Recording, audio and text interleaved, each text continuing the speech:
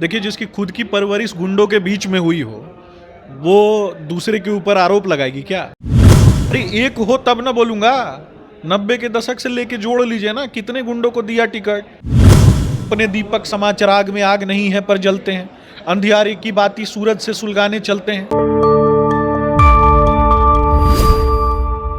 नमस्कार, आप देख रहे हैं न्यूज़ वाइट। मैं हूं आपके साथ निधि सिंह। इस वक्त हमारे साथ मौजूद है बीजेपी के प्रवक्ता सुमित शशांक।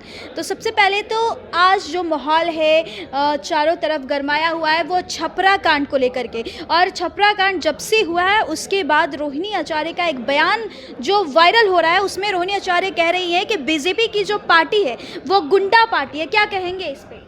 देखिए, जिसकी खुद की परवरिश गुंडों के बीच में हुई हो वो दूसरे के ऊपर आरोप लगाएगी क्या?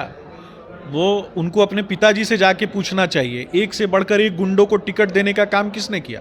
लालू जी ने किया। एक से बढ़कर एक बलात्कारी। आप बोलना चाह रहे हैं कि गुंडे को टिकट मिला? अरे एक हो तब ना बोलूंगा।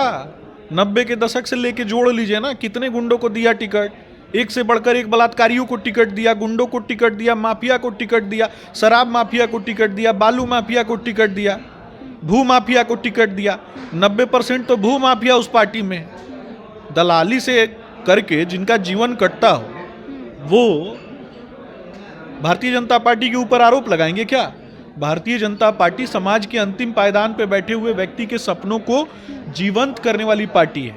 हमने कहीं ना कहीं गरीबों को सपना देखना सिखाया और साथ साथ उनके सपनों को पूरा भी किया। लालू जी बिहार के लोगों के सपनों के लुटेरे हैं। लालू जी बिहार की भैंसों का चारा चोरी करने वाले चारा चोर हैं। लेकिन यहाँ तो उनकी बेटी की बात हो रही है। निश्चित रूप से वो तो सिंगापुर की नागरिक हैं।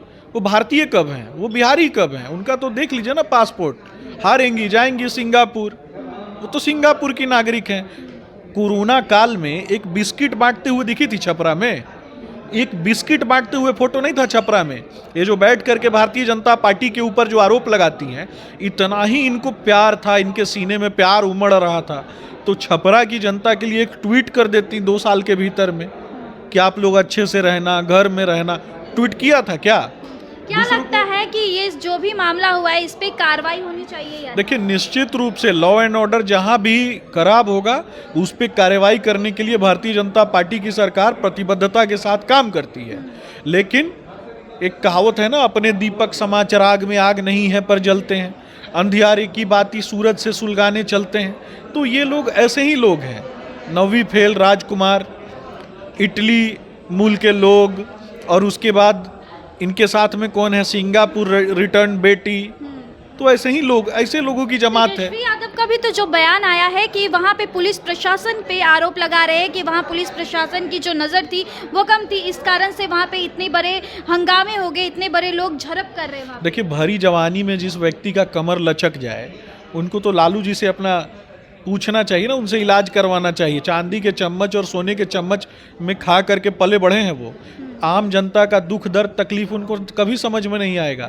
हेलीकॉप्टर में बैठ के मुर्गा खाएं, मछली खाएं, जो खाना है, जिस जानवर का मांस खाना है वो खाएं। गरीबों के सपनों का मजाक नहीं उड़ाएं।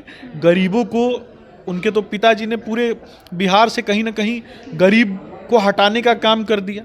गरीबी हटाने के बजाय गरीबों को उठा करके बाहर फेंक दिया। और एक तरीके से पूरे बिहार में मानव तस्करी अगर सबसे किसके काल में बढ़ी? इन्हीं के काल में बढ़ी ना। किडनी चोरी गैंग जो है किसके काल में सक्रिय हुआ? इन्हीं के काल में सक्रिय हो। बहुत बड़ा आरोप लगा रहे हैं उन पे। मैं तो बता रहा हूँ, ये तो बिहार में बिहार की पहचान रही है 90 के दशक में। अच्छा, एक बात बताइए, जिन लोगों के साथ ये घटना हुई है आज छपरा में, उन लोगों के बारे में क्या कहना है? देखिए, निश्चित रूप से प्रत्येक व्यक्ति जो कानून के दायरे में आता है और देश के संवैधानिक चीज़ों के अंतर्गत आता है, उनके साथ संवैधानिक तरीके से न्याय होना चाहिए। निश्चित रूप से न्याय होना चाहिए। और भारतीय जनता पार्टी की जहाँ भी सरकारें हैं, हमने न्याय करने का काम किया है। हमने उनके लिए लड़ाई लड़ी है।